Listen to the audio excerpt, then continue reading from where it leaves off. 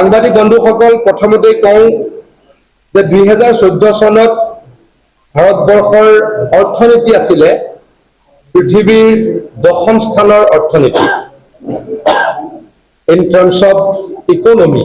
যদি আমি কওঁ এইখিনি সময়ত আমাৰ ইকনমিৰ সাইজ আছিলে পৃথিৱীৰ ভিতৰত 10 নম্বৰ স্থান।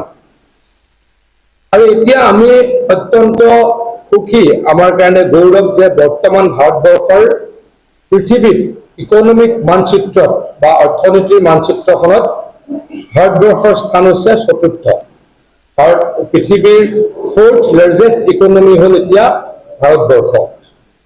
গতিকে ভাৰতবৰ্ষৰ আগত মাত্ৰ 3খন দেশ আছে। আমি ভাবো যে ভাৰতবৰ্ষই অহা 2 বছৰত 3য় স্থান অধিকাৰ কৰিব আৰু সন্মুখত মাত্ৰ মাৰ্কিন যুক্তৰাষ্ট্ৰ আৰু চীন দেশ থাকিব। পৰ্যায়ক্ৰমে ভাৰতবৰ্ষৰ আৰু দ্ৰুত উন্নতি হ'ব। আমি ভাবো যে অনাগত সময়ত ভাৰতবৰ্ষ পৃথিৱীৰ প্ৰথম বৃহত্তম অৰ্থনীতিলৈকে ৰূপান্তৰিত হ'ব। আমাৰ দেশখনে এইখিনি সময়ত, আমাৰ কেন্দ্ৰীয় চৰকাৰে এইখিনি সময়ত আমাৰ দেশৰ 81 কোটি লোকক বিনামূলীয়া চাউল বা বিনামূলীয়া খাদ্যবস্তুৰ যোগান ধৰিছে। এইখিনি সময়ত ভাৰতবৰ্ষত স্বচ্ছ ভাৰত মিছনৰ যোগেদি নৰেন্দ্ৰ মোদী ডাঙৰীয়াই 12 কোটি টয়লেট বা লেট্ৰিন বনাবলৈকে সক্ষম হৈছে।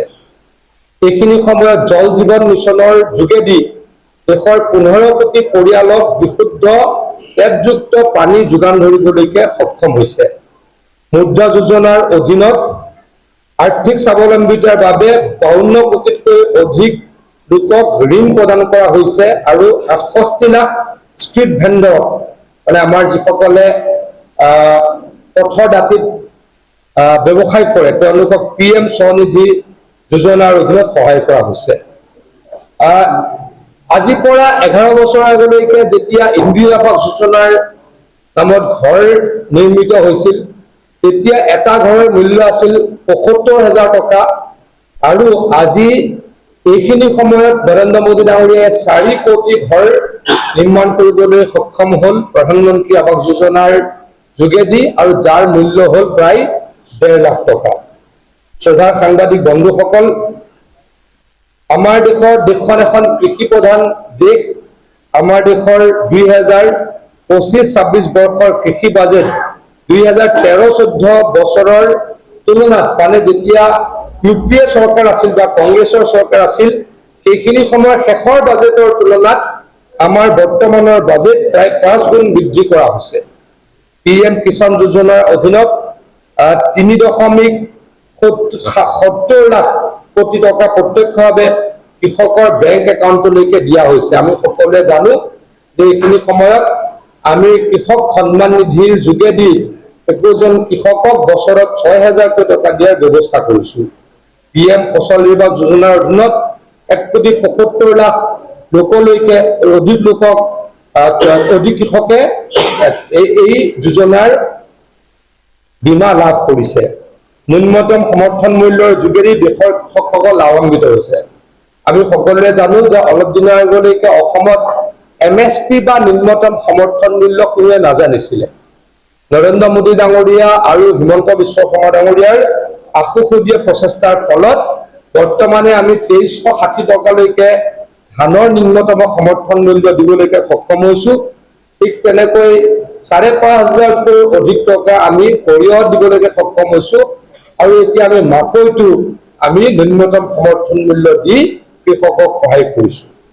শ্ৰদ্ধাৰ সাংবাদিক বন্ধুসকল, এইখিনি সময়ত আমি এইমছ 7খনৰ পৰা 23খনলৈকে বৃদ্ধি কৰিলো। All India medical science of institute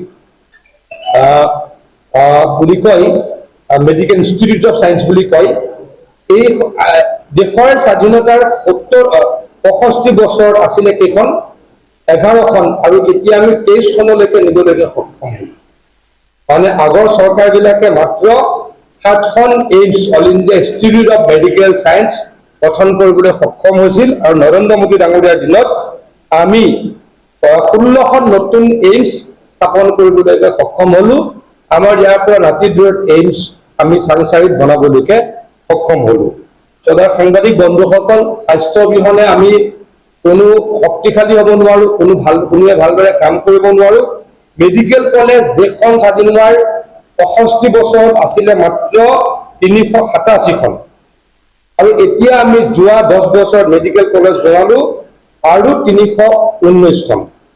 মানে 65 বছৰত হয় 387খন আৰু 10 বছৰত হয় 319খন। অসমত মাত্ৰ 6খন মেডিকেল কলেজ আছিলে, এতিয়া আমি 19খন মেডিকেল কলেজ অসমত বনাবলৈকে সক্ষম হৈছো। 20 নম্বৰ মেডিকেল কলেজখন অহা 8 ছেপ্টেম্বৰৰ দিনা, যিদিনাখন আমাৰ অসমলৈকে প্ৰধানমন্ত্ৰী নৰেন্দ্ৰ মোদী ডাঙৰীয়া আহিব, আমাৰ ওদালগুৰিৰ নাতিবৈয়ত দৰং জিলাত আমি এই মেডিকেল কলেজৰ শুভাৰম্ভণি কৰিবলৈকে সক্ষম হ'ম। অনাগত সময়ত অতি সোনকালে আমি ওদালগুৰিটো মেডিকেল কলেজ বনাবলৈকে সক্ষম হ'ম বুলি আমি আশা ৰাখিছো। শ্ৰদ্ধাৰ ৰাইজ, মেডিকেল কলেজত দেশত বৰ্তমান 766খন মেডিকেল কলেজ আছে। মই ইতিমধ্যে ক'লো, আগৰ চৰকাৰবিলাকে 1987খন মেডিকেল কলেজ বনাইছিলে। আমাৰ বিজেপিৰ নৰেন্দ্ৰ মোদী ডাঙৰীয়াৰ চৰকাৰে 319খন মেডিকেল কলেজ বনালে, মুঠ 706খন মেডিকেল কলেজ হ'ল। আৰু এতিয়া মেডিকেল কলেজত ডক্টৰ পঢ়াৰ চিটৰ সংখ্যা হ'ল 1,07,000, আৰু যিটো আজিৰ পৰা 11 বছৰ আছিলে মাত্ৰ 51,000। আমি ডক্টৰ নহলে, আকৌ কৈছো যে আমি স্বাস্থ্যৱান হ'ব নোৱাৰো। স্বাস্থ্যৱান নহলে আমি ভালদৰে কাম কৰিব নোৱাৰো। যিটোৰ কাৰণে আগৰ চৰকাৰবিলাকে যথেষ্ট গুৰুত্ব দিয়া দেখা নগ'ল। আগতে মেডিকেল কলেজৰ ডক্টৰ পঢ়িবলৈ চিট আছিলে মাত্ৰ 51,000খন, আৰু এতিয়া মেডিকেল কলেজত মেডিকেল পঢ়াৰ কাৰণে চিটৰ সংখ্যা হ'ল 1,07,000খন। এইদৰে দেশত নতুনকৈ 490খন ইউনিভাৰ্চিটি গঠন কৰা হৈছে। অসমৰ ক্ষেত্ৰতে যদি চাওঁ, অসমত খুব বেছি 6খন